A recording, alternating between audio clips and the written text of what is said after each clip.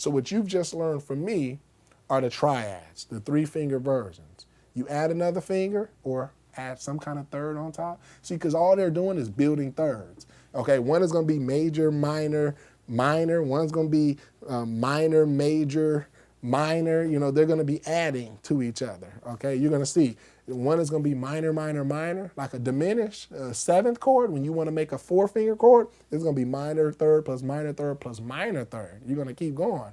Okay, and same thing as we get higher and higher. And those are the classes. That's the quantity. We're going to make the chords bigger, but as long as you understand the foundation, now you got, you know, you're far along than the average person who are thinking that these chords are random.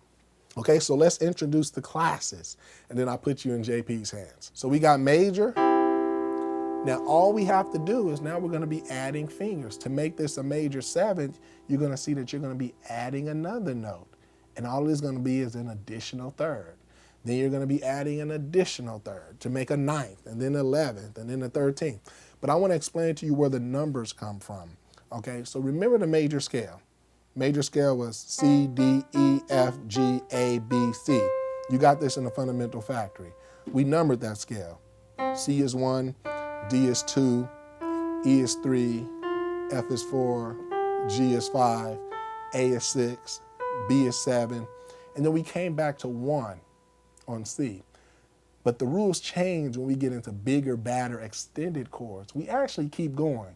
So we make C 8, D is 9, E is 10, F is 11, G is 12, A is 13, and B is 14. Okay, so now some of my detective type folks should now kind of get where the 9 comes from in chords, where the 11 comes from in chords, where the 13 comes from in chords. Because to extend a chord is just like extending a scale. How we extended this scale and kept adding numbers to it is kind of what you're going to do with your chords. Okay, so whereas the major chord was just the 1, 3, 5 of the key, now you're going to add the 7th of the key to get the major 7. Then you're going to add the 9 of the key, which he'll talk about, to get the 9. Then you're going to add the 11. You can even add the 13 to the point where you get to totally bigger chords. You know, but you started at the basic triads. Okay? So he's going to give you both ways, the numerical way to do it, the intervallic way, but that's an introduction to extended chords and where the numbers come from. So it's important for you to know that 9 is 2, okay? Because you don't get so carried away in that, oh my God, now I got to remember what the 9th of the key is, what the 11th of the key is, what the 13th of the key is. You don't really have to do that. 9 is just like 2. It's the second tone of the scale, but played up here, we call it the 9. It's a fancy way to say it. 11, okay, yeah, it's an 11th chord, but it's the 4. It's the same 4 from down here.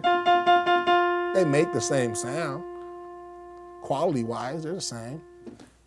Okay, 13, well, it's just like 6. Okay? Just like 6. So don't be intimidated, okay? You know, you could play a chord, you know, and put the 9 in there. A lot of people call this add 9. It's the regular major chord, but we add the 9. Some people call this, you know, add 2, you know. Or you could play it up here. You could go, see the D is up there, way up there. So these are some of the more extended chords, but you have the basics.